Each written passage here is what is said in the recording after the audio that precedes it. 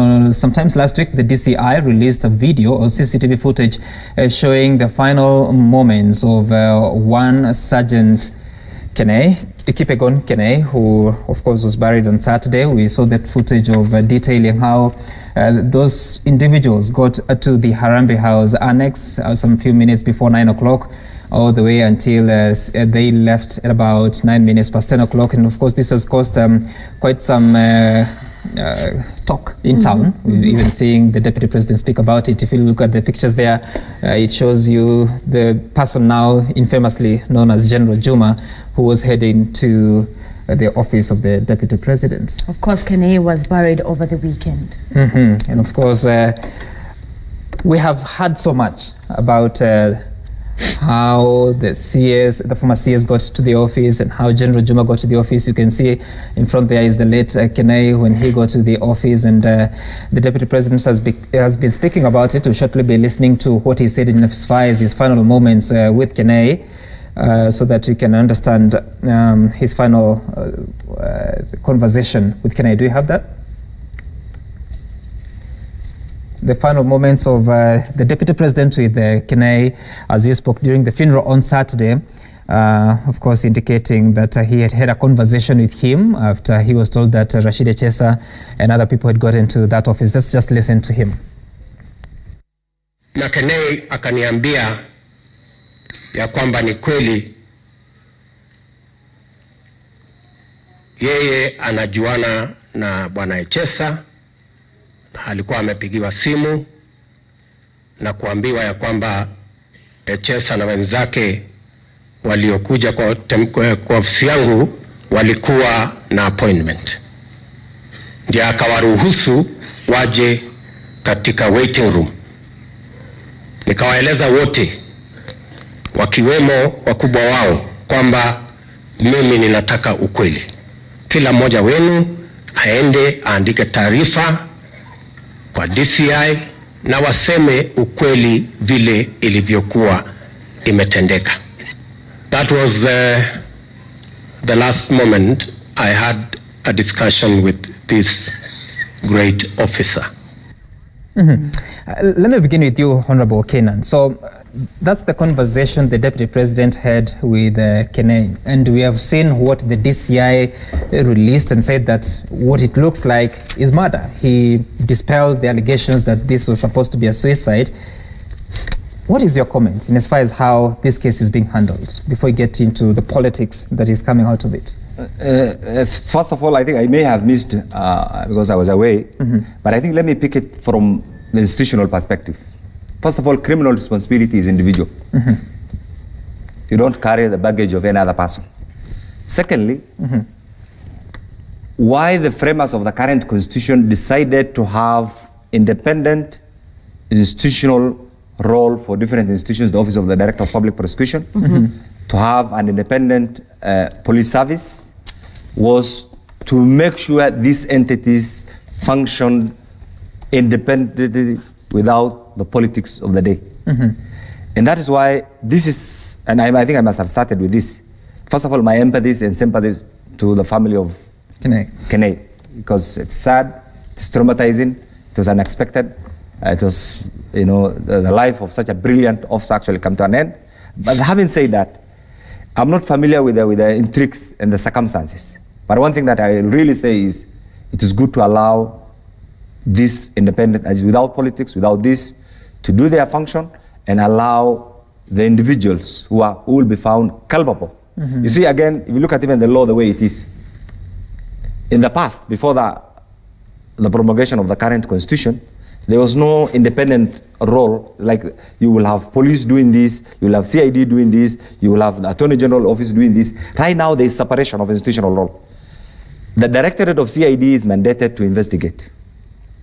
The Office of the Director of Public Prosecution is expected to put the same investigation on a scale and weigh the evidential value. So are you satisfied with DCI's investigations into this matter? That's what I'm saying. It's still evolving until DCI, until a person is charged before a court and say this is a charge sheet. I think it will be difficult to say this is the evidence or this is not the evidence. Right. Honorable Koech, what do you make of the investigation so far and the release of the footage to the media and the public at large? What do you make of it? I still mourn Kenei as a person that I personally knew. But I want to tell you, Sam, that this has largely been more drama than what we expected. I have seen all this from when this happened. It's 3 weeks now down the line. No one has been put in. Yet the DCI said that he could pick that there were 3 people at the time of murder in the house of Kenei from phone triangulation. So we expected that he knew. He goes ahead to say that data has been deleted from his phone. And so that tells you that probably there was a Safaricom staff who was involved in this matter. He's not arrested them. And all this of undressing of the office of the Deputy President, to me, is so much politics. Can you imagine the oomph that that office carries? And all of a sudden, you have it displayed all over the public. I don't know to benefit who. Any evidence that the DCI will have had today is not for the public court. It is for the court of law. So all these things of dramatizing, and I watched something on DCI when he had a presser the other day, demonstrating how Kenei probably was killed. And it was horrific that, you know, I watched that at news time, and I wish there were no children who were watching it. And there's a family here that is mourning. They have not even buried him. I really do not understand. I will tell you, there is so much politics on this matter than the truth. So, the scene of crime is in Imara Daima. The victim is Kenei and the office of the Deputy President. But now they have become the perpetrators. So they are not victims anymore. I don't speak for the DCI, Honorable Nyoro, but Koech. I want to move it. Oh, okay. Something that you cut me so short. I was in the middle of something. Sorry, it's because we need to take a short break before. I mean, after. Let me just finish something. Okay. Because then I'll let. I think I'm eating into his space. Just allow me that. Okay. Then he goes ahead and say, you know, contradicting, coming out as if he really wants to contradict the Deputy President on saying, no, it was not 23 minutes as alleged. Of course, he fell short of saying, you know, the Deputy President is lying to the nation. He's talking about 1 hour, 23 minutes. But then on the video... I'll get back to that. Okay. That's what I was cutting you short. Okay. But when you look at this, one may argue that this is a matter of public interest. You may argue for or against, but... was the DCI justified to display this footage in the name of public interest? The matter, yes, is in public interest. Then, first of all, I want to send my, again, condolences to the family. I think Kenei was a very brilliant person. Most of us knew him, very welcoming, and very dedicated. And it is very bad that we had to lose such an officer. But even going back to your question, Sam, a matter of public interest deserves to be treated as a matter of public interest, and therefore it deserves seriousness on how we deal with it. And I don't think hyperbole and media shows are part of what you'd call a serious investigation. From the time this thing came up, Sam, I want to concur with Nelson Koech that we have seen a lot of drama from DCI, and not just on this matter, even previously, when we had, for example, the guy who was being accused of tax evasion, I think of 40 billion.